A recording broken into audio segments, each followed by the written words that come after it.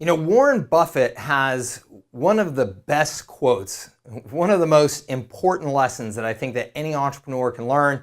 I learned it pretty painfully, and I'll tell you a story about that in a minute. But first, let me share the quote from Warren Buffett, because I wrote it down here. I want to make sure I don't butcher it. He says that a good management record is far more a function of what business boat you get into than it is how effectively you row. There's no extra credit for a degree of difficulty. Lower your degree of difficulty. Okay, Warren Buffett is pretty darn famous for being what comes across as a simple guy. But there's a tremendous amount of wisdom in that, right? He's known as the Oracle of Omaha because he's actually able to boil things down to a very simple way that we can all understand. And that's one of the powers that he has in making good investments, is that he invests in things that he can really understand, and he can grasp what's going to happen to those businesses, or what's most likely going to happen to those businesses in the future, because it's not overly complex. Coca-Cola is one of his biggest holdings he's had forever. We all pretty much understand what has to happen for Coca-Cola to continue to win, right? So just to repeat again, he says that it's more of a function of what business boat you get into than it is how effectively you row. And as entrepreneurs, I think especially right now, there's this,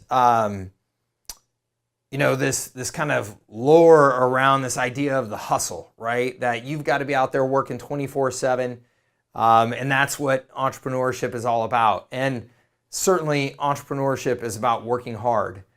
There's no question about that. And anybody who thinks otherwise is being foolish. But the reality is that some businesses are simply harder than others. Some business models are simply better than others in terms of what they are likely to produce for the amount of money and effort that goes into building them. Okay, this is why venture capitalists, you hear some entrepreneurs, whine about how VC firms are, greedy and they won't invest in their business. VC firms are smart.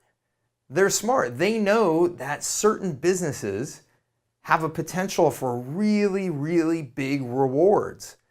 And they know that if they put their money into those businesses, they have a much higher likelihood of a big payout than they do investing in other types of businesses and other types of models. We can't blame them. We should all be the exact same way, right? We should all be looking for business models and business ideas that if we put in the same amount of effort that we're going to put into any business that we're trying to build, that we actually have a much better chance of getting the financial rewards that we're all dreaming about, right? I mean, unless you're running a business purely for the passion, right? You want to, build violins or custom guitars, or you want to cook a certain food, and that's your passion. And so you just want to be able to do that all day, and it doesn't really matter how much money you make. Well, then great, go do that.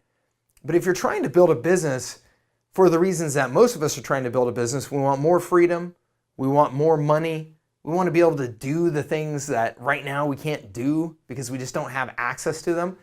Certain businesses have a better chance of providing that for you. Certain models have a better chance of providing that for you than others do. Okay, so we should be very selective in what we're investing our time and energy into. And what I see and what I learned from my career is that most of us, because we're just hustling so bad, we just want to get something started.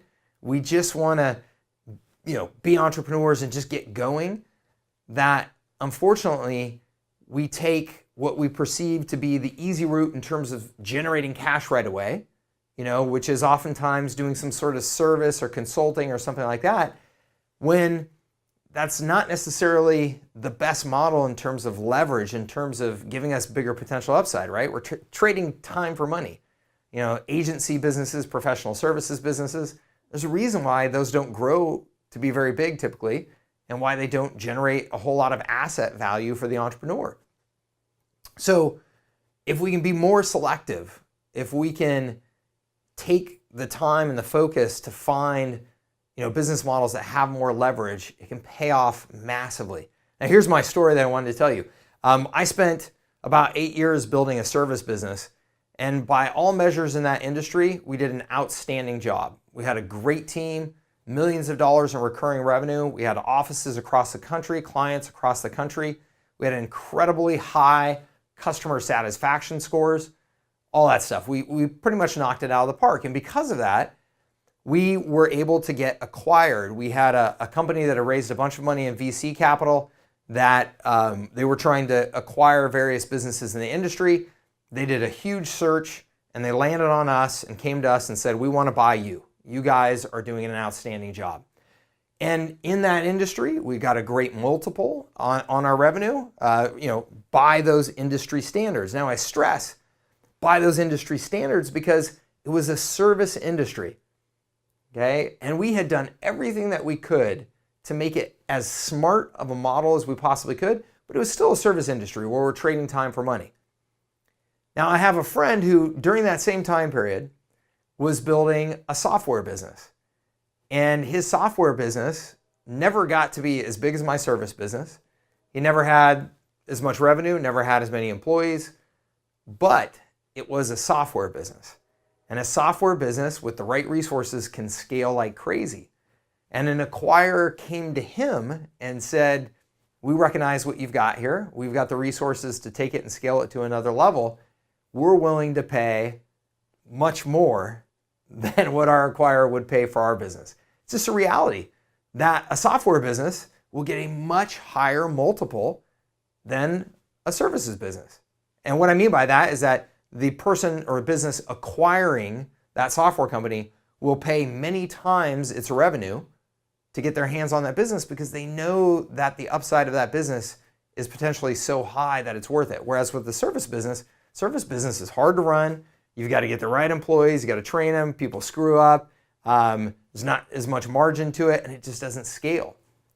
So my good friend who built a smaller business, but using a better model, is now very wealthy, retired, was a professional race car driver for a period of time, travels the world doing whatever he wants, lives in massive homes, okay?